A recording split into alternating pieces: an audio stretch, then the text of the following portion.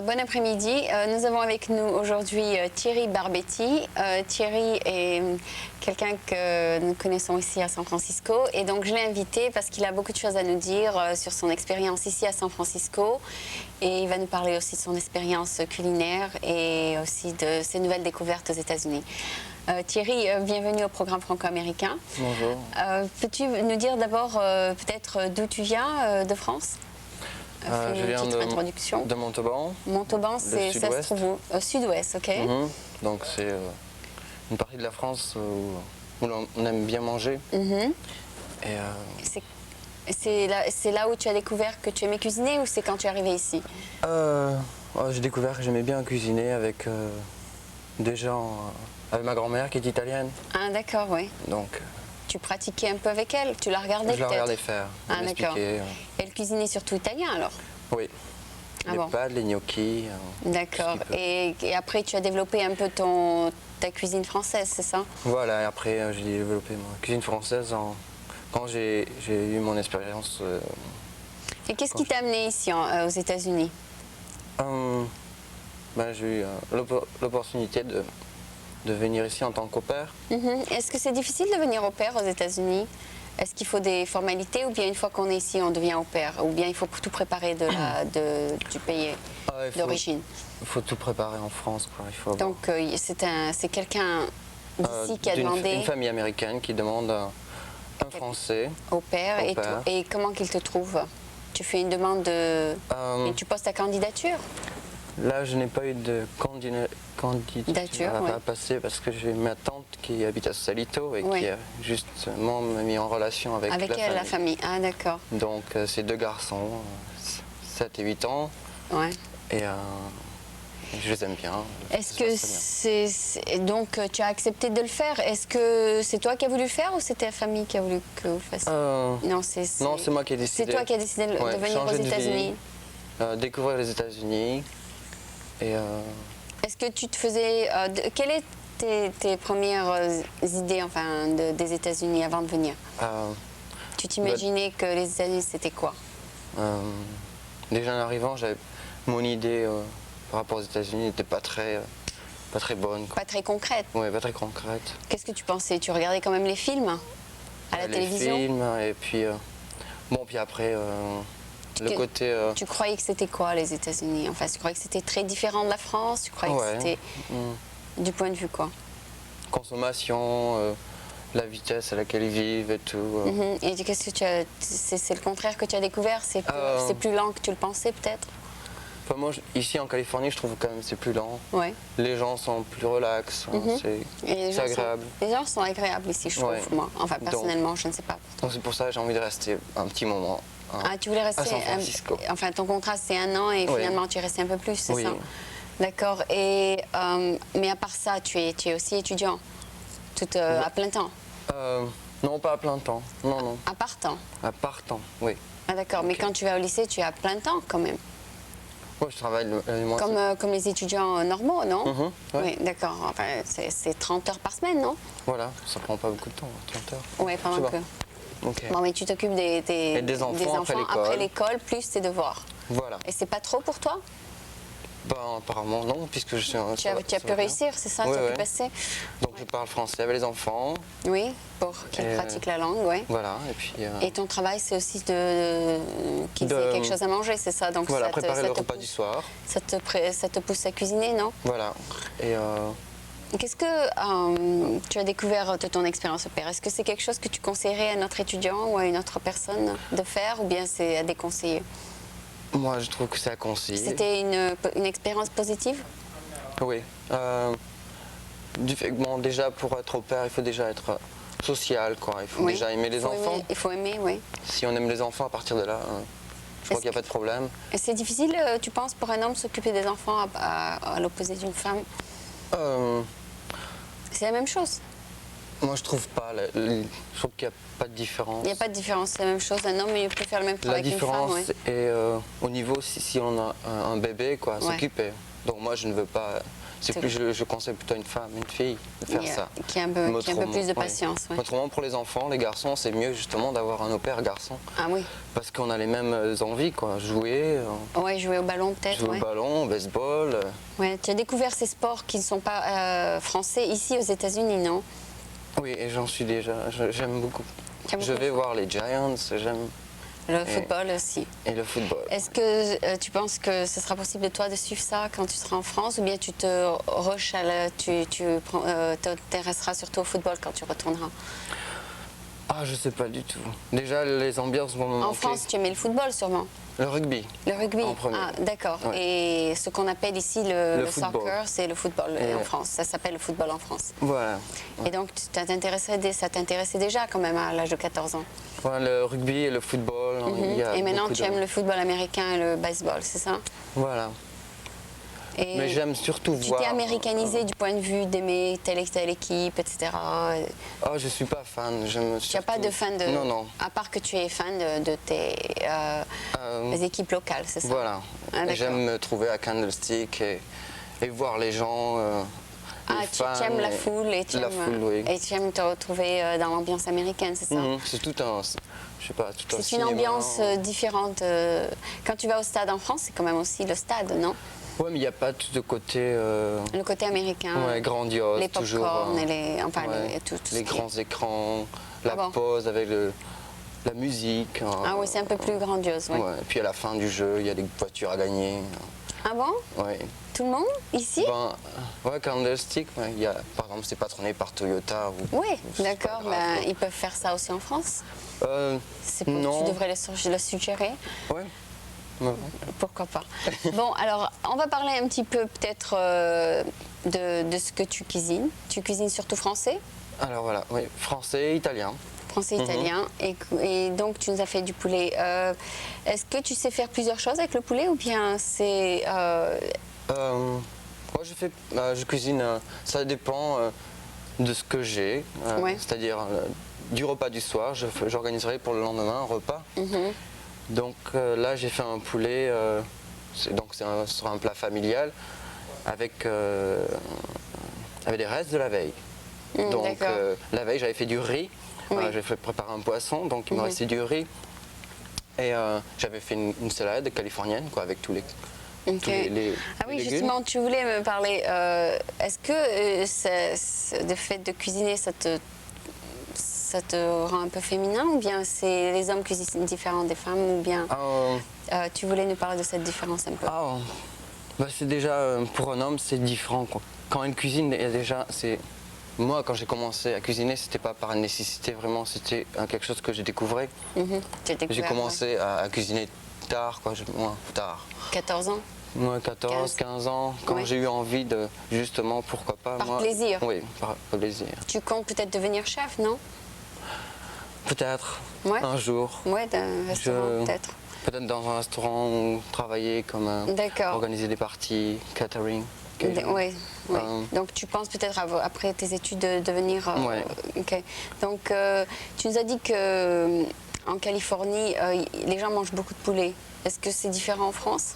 Bah oui, je trouve qu'on a... en France, moi j'avais l'habitude de manger du lapin, des trucs comme ça. Du lapin? Ouais, ma grand-mère cuisinait du lapin, tout.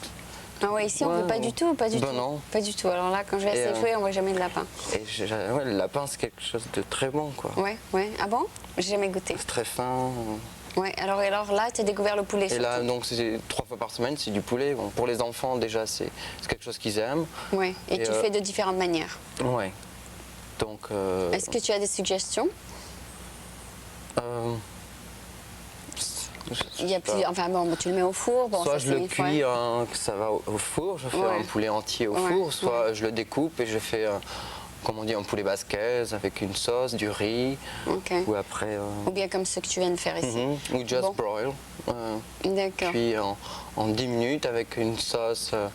J'ai découvert le soy sauce, on utilise beaucoup le soy. Qu'est-ce qu'il dit ton t-shirt là? Tu veux nous dire ce qu'il dit? Ça c'est une plaisanterie sur Gauthier, quoi. Ouais, le couturier. Oui, numéro 1, plus ou moins numéro 1 en France. Oui, alors il l'appelle Goat. Goat, and yeah.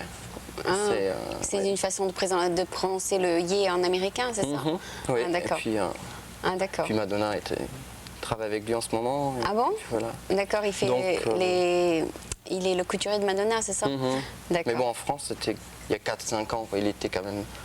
Il est toujours numéro 1. C'est lui qui a fait les dessins des trucs ouverts sur les seins, c'est ça? C'était lui. Ouais. C'est lui qui a et fait les ça. cônes, Ah oui, c'est ça. Et pourtant personne l'aimait. Hein. Non. C'est à la mode, mais personne l'aimait. Enfin, ça c'est le côté influent de Madonna. Oui, d'accord. Bon, ben, tu vas nous montrer ce que tu as fait. D'accord. Donc je peux dire et on peut passer à la table. Donc merci d'être venu. Ok. Alors ici, tu nous as fait un poulet farci, c'est ça? Voilà. C'est comme ici, ils font surtout ça avec la dinde. Quand c'est Thanksgiving, bon, ils mettent tout dans la dinde. Voilà. Donc, bon, vous faites ça avec le poulet. Mais c'est un poulet géant, ça, on dirait presque une dinde. Eh oui, j'ai pris un large. Ah, d'accord. D'accord. Et qu'est-ce que tu as mis dedans, alors, finalement? Donc, du riz. À l'intérieur, il y a du riz, un reste de salade, donc il y a de la salade, c'est de la laitue. Laitue ou... Tomate. Oui, laitue, tomate.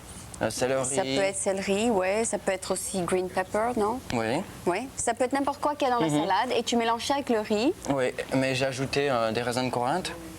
Ah d'accord, un côté sucré, ouais. Et après j'ajoute des condiments, du sel, poivre et puis des herbes. Et tu mets ça dans le poulet. Et je farcis le poulet, comme ça il est moins sec. Et ça, la farce, elle se fait avant ou après? Elle se prépare avant. Ça se cuit quoi sur le feu comme ça? La farce n'est pas... Elle n'est pas à cuire, elle est déjà cuite. C'est déjà prêt du soir. Quoi. Si bon, alors tu la mets juste dans le poulet et ça cuit ensemble. On fait une préparation, on mélange bien tout. Oui, et tu le mets dans le poulet avant qu'il est cuit ou après qu'il est cuit? Ah non, avant. Avant qu'il est cuit. Avec. Tout cuit ensemble, d'accord. Et entre la viande et la peau, je mets du beurre, un peu de beurre, des tranches de citron. Oui. Et... Très fines. Comme ça enlève le côté fat. Oui, bien sûr, ça enlève le gras du poulet. Oui, et bon, puis je mets de l'ail, un peu d'ail à l'intérieur. Un peu d'ail, ouais, avant de mettre la farce. Ouais, un peu peut-être de l'oignon, peut-être, non? Oui, des oignons coupés, menus. Ouais. Et tout ça, c'est fait ensemble. Voilà. Bon, alors tu vas me faire goûter un petit peu et puis on va manger. Je sais pas, tu n'as pas apporté de fourchette? D'accord, si tu as apporté une fourchette, mais pas pour tout le monde, c'est ça? Eh oui. Ma grand-mère me disait, manger avec les doigts, c'est plus sûr, quoi. Ok. Bon. Alors, ouais, vas-y. donc je coupe. Hein. Those who want to eat, you can come and eat. J'espère qu'il est bien. Ouais, ça va. Voilà, et tu me mets un petit peu de farce, c'est ça? Bien sûr. Et ça, c'est un peu de sauce. Donc là, j'ai fait... C'est fait avec quoi, la sauce? La sauce a été faite avec le jus du poulet. Oui. Quand le poulet est cuit, je fais un déglaçage, c'est-à-dire que j'allume le gaz, le déglaçage, c'est un déglaçage, quoi. D'accord. Et j'ajoute du vin. Du vin. Et comme ça, j'enlève la partie qui est grasse et qui adhère. Et puis. Et tu laisses la partie jus. Ouais. Ouais, parce que tu veux pas manger le gras. Non. D'accord.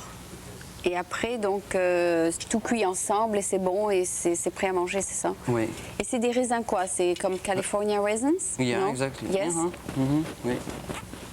Je vais donner la farce en dessous. Bon ben, on mangera avec les mains un petit peu quand même. Il n'y a pas de fourchette. Ah oui. Bon, ça c'est la farce. Ça c'est la farce. Donc on peut il y a voir. le riz. J'ai même mis des olives noires. Ah d'accord, oui. Ça fait un peu comme un reste de salade niçoise et puis j'ajoute. D'accord. Ben, on va goûter ensemble. Je vais vous servir un peu. Je sais pas, on aura la même fourchette. J'espère qu'on est tous sains. C'est bon. Vas-y Michel, tu veux goûter? Là j'ai mis un peu de curry aussi. Ouais, j'aime le curry. Ouais, en fait, on a une fourchette et une cuillère. Là j'ai découvert. C'est comme chez moi, quoi. Ouais. On passe la fourchette. That's good. Okay, ça fait en fait très californien quand même, parce que les Californiens ils mettent le riz, et aussi ils mettent beaucoup de, comment on appelle, de raisins. Et raisins, oui. Ok. Le mélange de sucre et salé. On va goûter ça. Que j'aime maintenant. Finalement, le secret c'est la sauce finalement, c'est avec le vin et... Le vin et le jus du poulet. En fait, c'est un apéritif quoi. C'est un produit français, c'est le noix liprate. Ah d'accord. Ou on peut mettre avec un vin. Toutes sortes de vins Un ou- vin cuit. Ah, un vin pour cuire, C'est bien, d'accord. ouais. Un cuit ou un vin vieux. Oh, Stan, you can come and taste, Stan. Yeah. You can all come and taste. Donc je vais couper d'autres. Oui, le coupe-leur un morceau. Ouais. Bon, là, on Et peut donc, voir c'est- le C'est bien citron. cuit. Ah oui, le citron, tu mets à l'intérieur de la peau, c'est Oui, ça? je décolle et je mets à l'intérieur. Tu mets aussi à l'intérieur, d'accord. Un Ben, peu. c'est un bon secret parce que moi, des fois, je fais du poulet et c'est assez gras. Oui. Et donc, c'est une très très bonne idée. Alors, tu mets le citron et quoi encore déjà sur la peau? Le beurre. Ah, le beurre, le Mhm. beurre. Même pourquoi il y a assez de gras? Pourquoi tu ajoutes du beurre? Ça a un côté différent. Ça donne un autre goût, quoi. Ah, d'accord. Je mets tranche de beurre. Fais aussi un morceau pour Tony et un morceau pour Michael. Il est encore tout chaud. Je l'ai mis Ouais. au four ce matin et tout. Ah oui. Okay, everybody can come and taste now. It's good. It's good. Excellent. Oui, c'est bon. Merci. Moi, je vais bien goûter avec.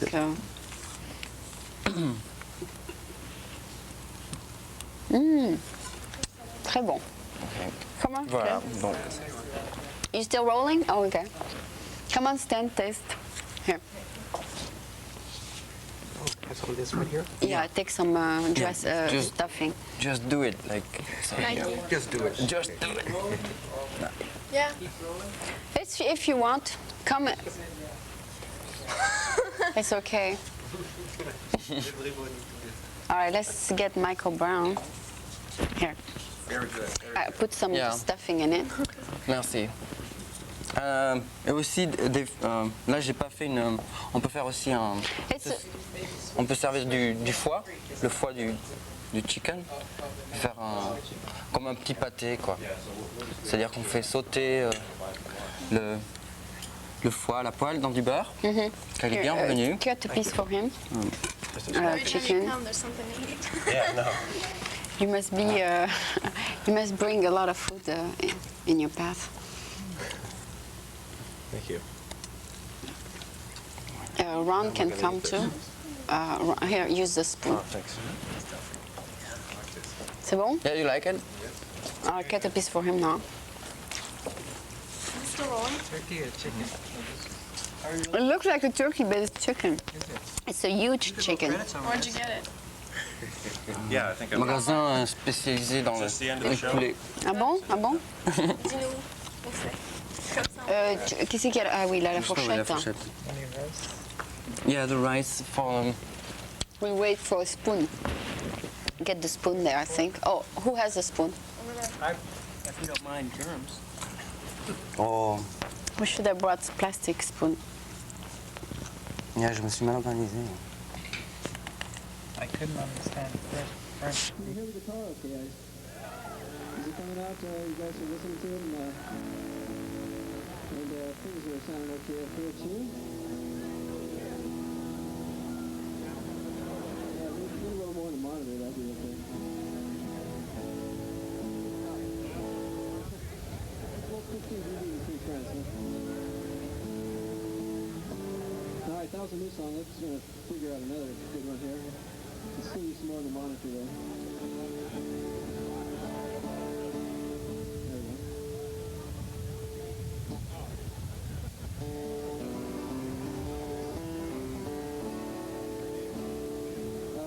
Can you hear it out there? Let me just test it out.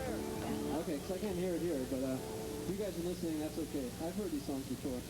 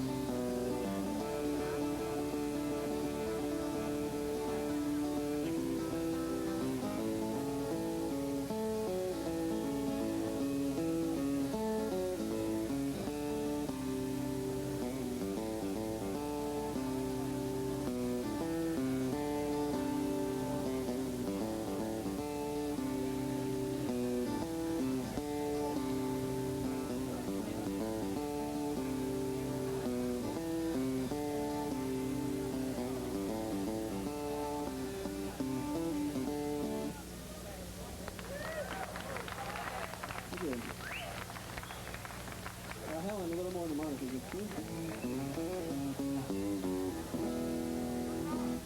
Alrighty. This next one is a song off my record. This is a tune I played last year also. This is a little thing called Sawbone.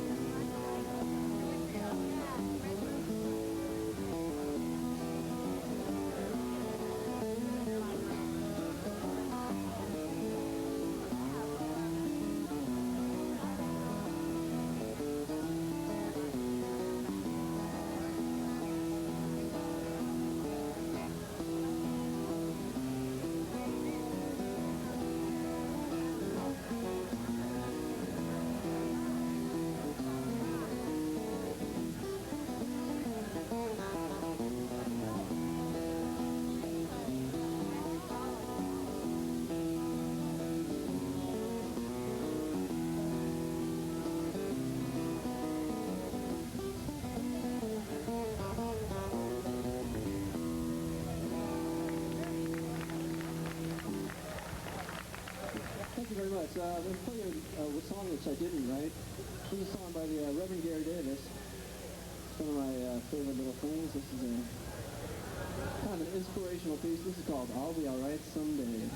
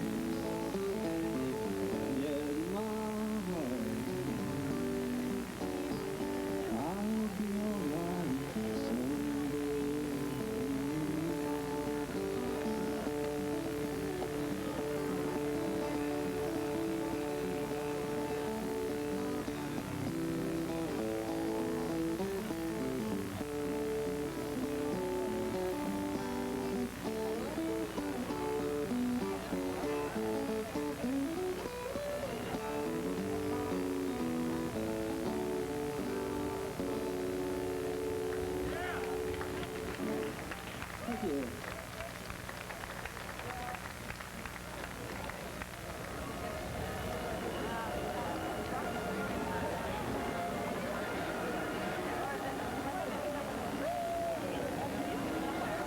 Presto Changer, he's got a new guitar.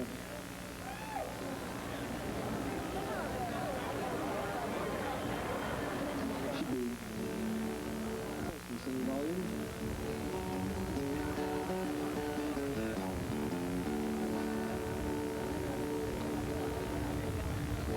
This is original piece. This is called Swing 2.